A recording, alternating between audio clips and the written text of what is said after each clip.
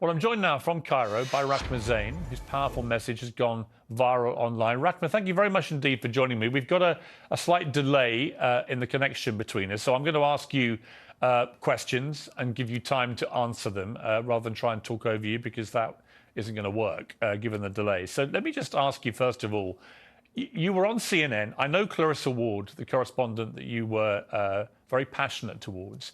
In my opinion, having worked at CNN, she is one of the best foreign correspondents in the world.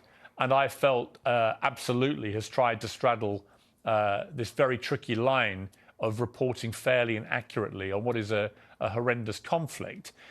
When you look back at yourself in that exchange with Clarissa, how do you feel about the way that you addressed her? Do you have any regret? Or do you feel you could have expressed yourself differently? Or do you feel that it accurately represented how you were feeling? I'm not going to waste my time talking about the report with Clarissa because this takes away from the point. You mentioned before there was a deadlock in the debate. There's no deadlock in the debate. There is terror in the debate. You are unable to debate with Israel because what's happened so far is we're witnessing the sick relationship between the United States and Israel, where basically the United States has given a permission for Israel to have genocide on ground. And what's happened is we're seeing no one can say no to Israel. The United Nations isn't able to say no to Israel without repercussions. Media figures aren't able to say no to Israel without repercussions. So what ends up happening is that you're basically raising a spoiled brat you're unable to say no to, that has now grown up to be a sociopath. And let me reiterate that the relationship between the United States and Israel is putting the world in jeopardy. So what we're witnessing now is a serious issue where both parties need to reassess their relationship. I understand that Biden, because he's pitted his own people against each other and wasted billions of dollars giving them to Israel instead of looking at his own homeless, his own medical care issue, his own student loans issue. So a lot of American people are also extremely angry, and they're also looking at unfair coverage. The reason this video has gone so viral, one, it's alarming that it's gone so viral, because what should be going viral is the footage that we are witnessing out of Palestine, out of the occupied territories, of children being massacred. It's not a war. A war assumes that both parties are on equal footing. Okay, I hear you.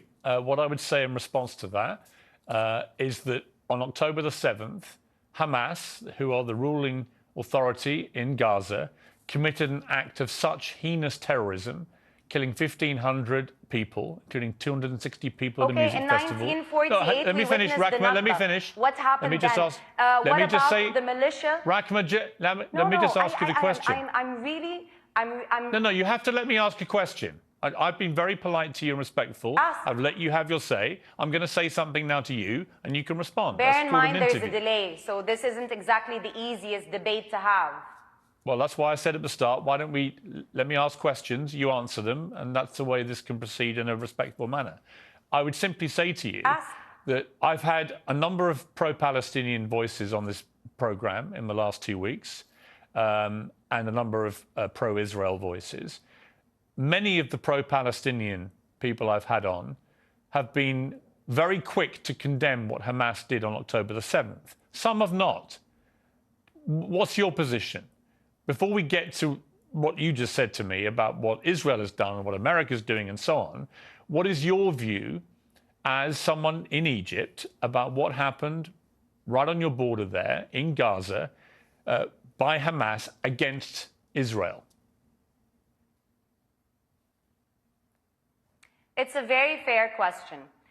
But the thing is, maybe I have a privilege being so close to the border, having many Palestinian friends, knowing more history, that I understand that once you oppress a people, and again, I'm not justifying what happened.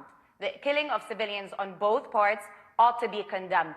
But the danger in you starting an interview asking me to condemn Hamas, then pours into Israel's blind defense of its own state, which ends up killing over 5,000 Palestinians, over 700 dead. And going back to the report that you were discussing at the beginning with the CNN reporter, the issue with that is everything is always taken out of context. And this is the issue we have with Western media. Had the journalist been there on ground with the volunteers that night, as for example I was, she would have listened to the bombardment of Israeli bombs that start from 2:30 a.m. and do not stop. She would have also witnessed the fact that we would get an okay from Israel's side. I'm not done. From Israel's side, that the supplies would go in, and then it's like they toy with your morale so that for hope from both sides is stopped.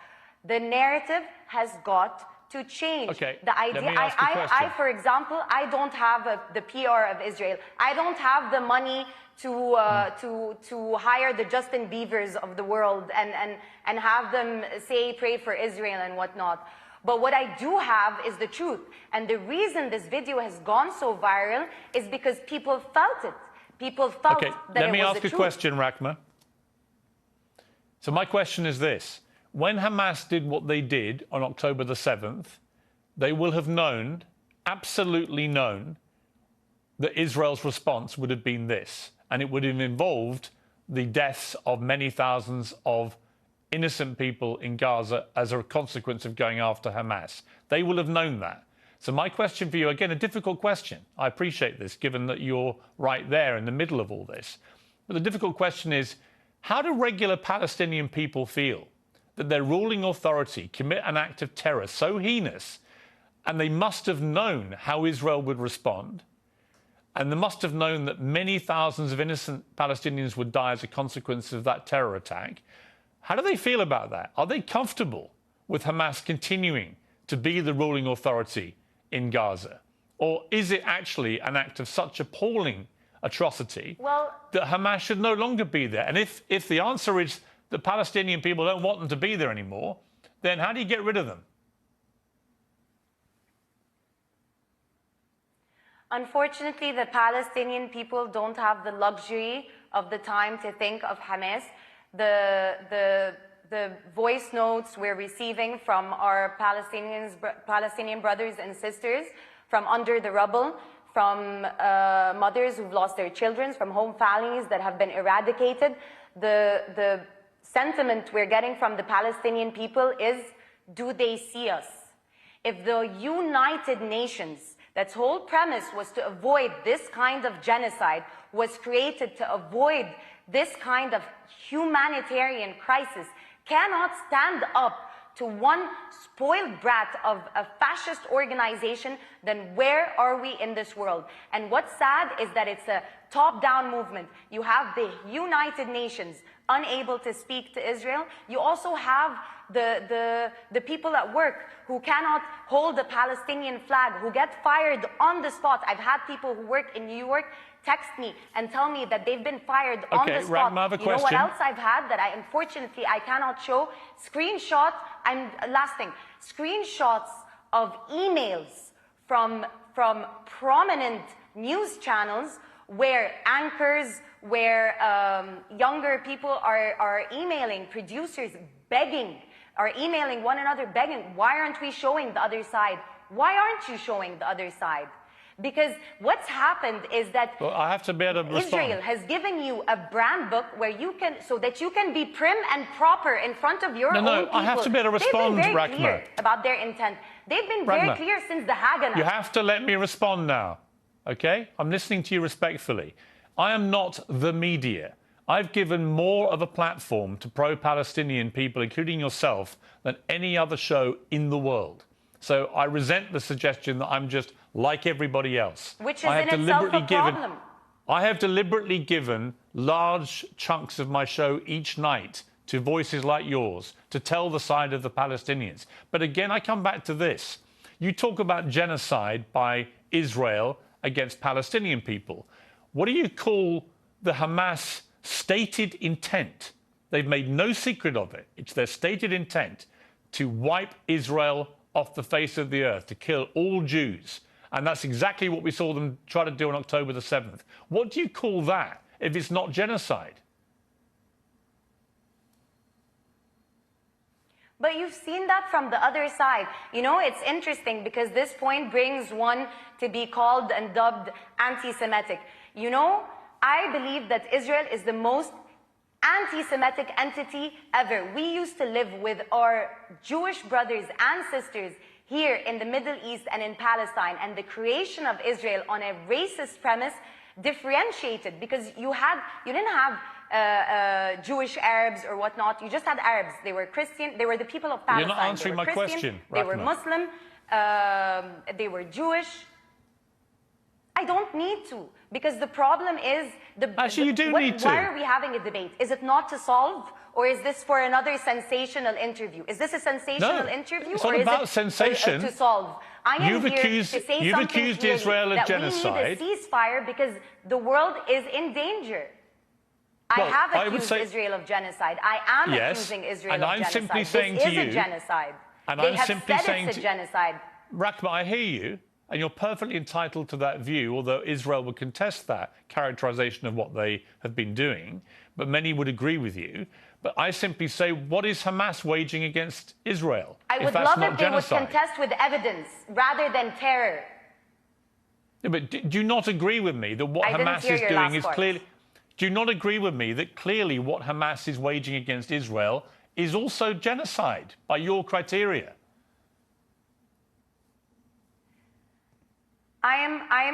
You know what's, again, this is a dangerous debate, because what you're trying to put me in is, once I condemn... Just asking you a question.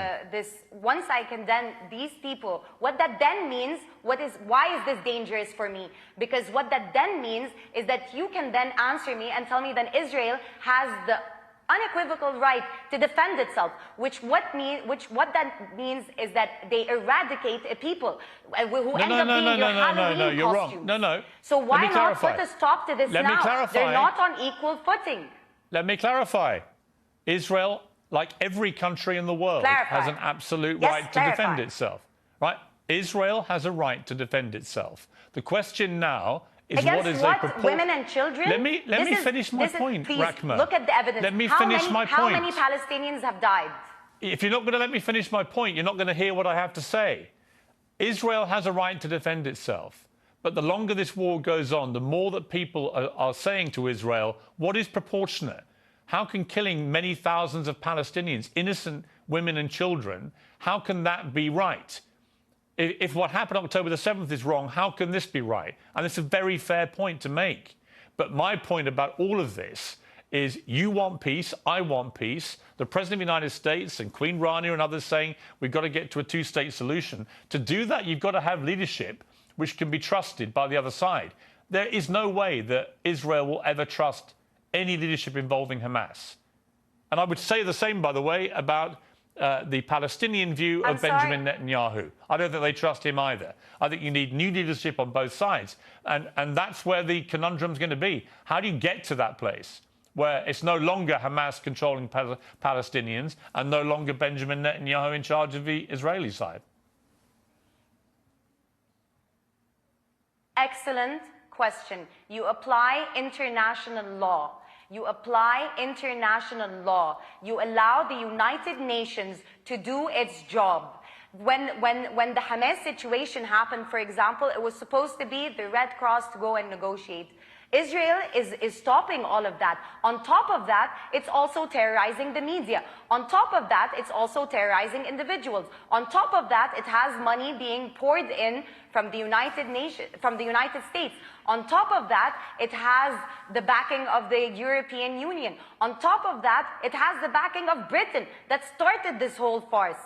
So what ends up happening is, who's speaking for the Palestinian people? So for a solution to happen, you need to empower the United Nations so that Israel is not making a mockery of the United Nations. How am I needing to reiterate this more and more? I am giving you a solution. Rachma, you're giving me your solution. And you're still telling me Hamas. Rachma, you've just given me... There will always be Hamas if you occupy a people. let me just finish this point. If you occupy a people, if women in labor are having to give birth at checkpoints, if you're having people imprisoned, if you're having this merciless bombardment of Palestinians, you are going to breed Hamas. It starts with the stronger party. Rachma, I've given you a long amount of time. And this today. is why the jargon is dangerous. Okay, I hear you. And I respect your right to your opinions, and I've given you the platform to air them, and I appreciate you coming on the program. Call for Thank you very much. ceasefire then. That's not my job. My job is to try and interview people at the center of this. You may not like that, but it is. But I appreciate you coming on the program. Thank you. Interviews, sure. It wasn't sensational. It wasn't. But thank you very much.